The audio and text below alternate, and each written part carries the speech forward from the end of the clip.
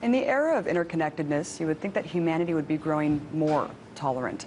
However, it seems that our society cannot shake the irrational fear of the other, an enemy that's been constructed by the powers that be to perpetuate endless war and the erosion of civil liberties.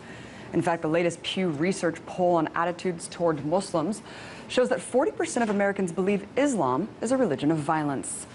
Well, earlier I spoke to someone with a unique perspective on the matter. Sean Stone, son of director Oliver Stone, who is of Jewish descent, was raised Christian, yet also recently embraced the Islamic faith. And this is how the corporate media reacted when he did. 27-year-old Sean Stone, son of controversial director Oliver Stone, converted to Islam in Iran on Valentine's Day. He became a Muslim on Valentine's Day in Iran while working on a documentary there. The trip has given Sean an interesting perspective on Iran, its people, politics, and even its president, Mahmoud Ahmadinejad. It seems very perverse that you would wish to spend much time with this guy, given your family upbringing.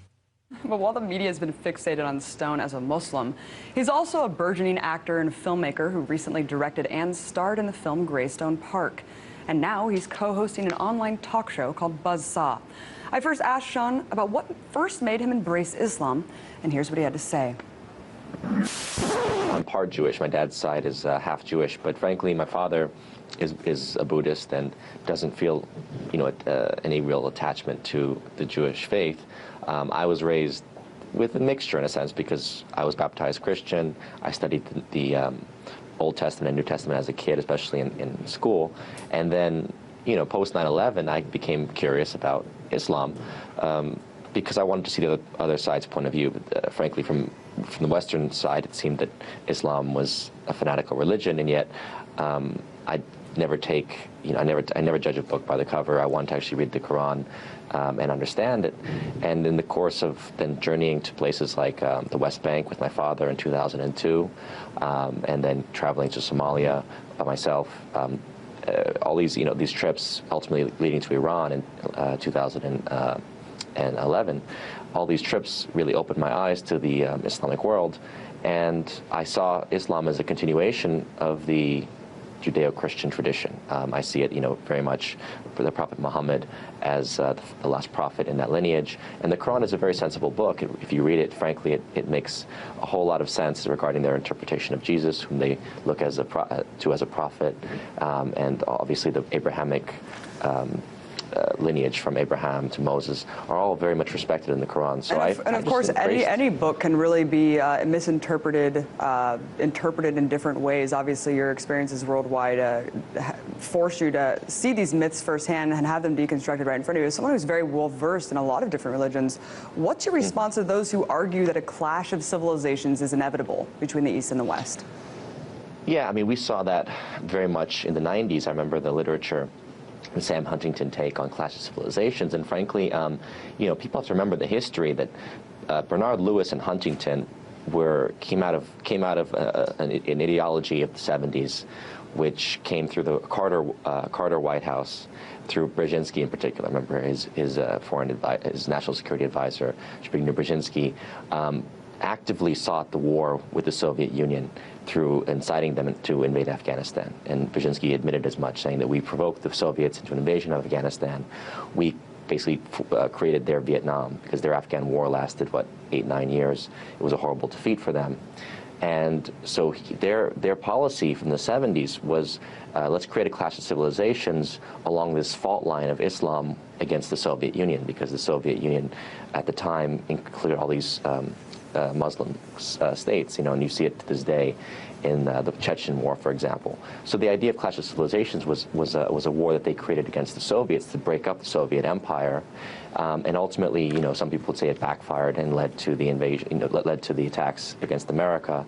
But ultimately, I look at it as very much a British imperial strategy of creating dissent in the Islamic world between Shia and Sunni, for example, that most Americans don't understand. If you go to the Middle East, you understand it much better, how the war in Iraq and Syria is creating and fomenting this this violence of old ideologies, very much like the Protestants and Catholics fighting, in Ireland. That's an American, but frankly, it's a British imperial strategy that the Americans adopted in the 70s and carries through to this day. So I don't believe it at all, because I see that all these people from across the world live together harmoniously. They have historically, and yet we have an imperial strategy that's actually trying to incite this violence. It seems like a childlike kind of fantasy that, it's inherently, these people are inherently backwards and de-evolved, and so of course we're going to come to a head. It really does serve the interest of the establishment pretty well in terms of perpetuating that imperialism. To what extent is the corporate media complicit in this perpetuation of the narrative of Islamophobia, and what agenda do they serve, Sean? I mean, this is obviously a major question of what we're dealing with as a human species at this time. I try to put an end to this Clash of Civilizations dialogue by accepting Islam publicly and saying, within myself, I'm Jewish, Christian, Muslim. There are millions of people around the world who can understand that and agree with that. The problem is, of course, the media controls what we see.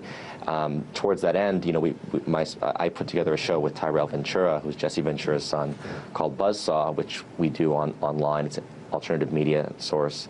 That's a little bit like, Alex Jones or RT, in the sense that it's not conventional. We take the articles and the stories that the major news media are not publishing, and they're not, pushing, because, as we know, the media is controlled. It's a conglomerate system, and it's very easy to really dissect it and look at who are the major corporations, and it really boils down to less than 10 that own all the major news media, and the media is obviously tied together between the TV networks and the film studios, and then you go towards broadcasting of all kinds, and it just becomes it is a conspiracy, and it's a conspiracy of omitting the facts that don't fit the narrative that they want to construct. And so I think that the beauty of the internet is that people are able to then see alternative points of view. They're able to see, they're able to become more and more aware. And I think that's why the media is actually, the major news media actually is facing this. Ultimately, they're going to face a great awakening of people, and that's why they want to create as much chaos and destruction and fear as possible now. Absolutely, they want to they need to be pushed out into irrelevancy, and it is a conspiracy in plain sight, Sean. I mean, we have 6 media corporations,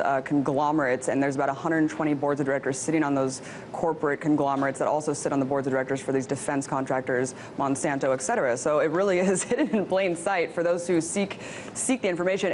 In order to construct an enemy, though, of course, like every era of just endless war, it's no surprise how much Islamophobia that we're seeing across the corporate media today. You mentioned Hollywood. What about Hollywood with shows like Homeland, movies like Zero Dark 30? I mean, would you say that Hollywood's also doing the bidding of the establishment?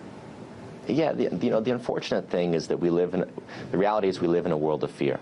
And most people are motivated by fear, and it's become more and more apparent, even though I would say more people are waking up. And the truth about the internet and the alternative media sources is that it's not only that people are waking up, but that we're becoming more aware of those who are awakened, and we can create more networks between those who are aware. And at the end of the day, all these millions of people who are aware of the conspiracies, who are aware that 9/11 was probably an inside job of some kind, that it was not simply a ragtag group of terrorists led by bin Laden who conducted this operation, and now led to over a decade of constant fear-mongering and aggression. And yet, despite the fact that there's more awareness on it, why is it that we do continue to see this propaganda about the boogeyman terrorists, whether they be Muslim or Russian or North Korean or whatnot? What is that system? It's a cycle of fear. It's a cycle that has to be broken internally, and it's very difficult to deal with, because at the end of the day, money is obviously driving these operations, whether it be Hollywood or media. And so long as the money is saying, don't take the risk, don't make the film that can be critical of U.S. policy, then of course, that will become the status. That will be the status quo until someone is risky enough and happens to be able to break it. And as soon as it gets broken, then that becomes the trend. But right now, we are still living in that quarantine, in a sense. The threat of terrorism is still less than slipping in the bathtub and falling. I mean, furniture falling on you from an apartment complex. I mean, it's basically nil. So it's totally erroneous to even have this endless war, erosion of civil liberties. But I wanted to move on to Palestine. You've been very outspoken about the issue. Your father, Oliver Stone, has been very outspoken about the Israeli lobby, saying that it not only controls foreign policy, but an aspect of Hollywood as well. What are your thoughts on Israel's sphere of influence? There's a lot of conflict internally, and there always has been, frankly, in Israel. There's always been a large conflict between the European settlers and, coming from different parts of Europe, not feeling comfortable in this, in what is historically Palestine. So there's a lot of, there's a lot of internal issues, and that's why, it's ironic that Netanyahu is actually an American guy who's now the Prime Minister of Israel, just to show you that the reason why a lot of Middle Easterners object to Israel's existence is that historically they look at it as a crusader state, a crusader kingdom, because it's the exact same location that the Europeans established their crusader kingdom 1,000 years ago. And so when they see all these European, Russian Jews, coming into Israel, they're saying, look at these European settlers. They're not Jews from from this region. They have no ties to the land. They're coming here to settle, and that's the Middle Eastern point of view as far as why they object to it. Now, I'm not a proponent of attacking Israel or trying to dissolve it at this point, but I'm simply saying that is why there's so much antagonism to Israel, is that they look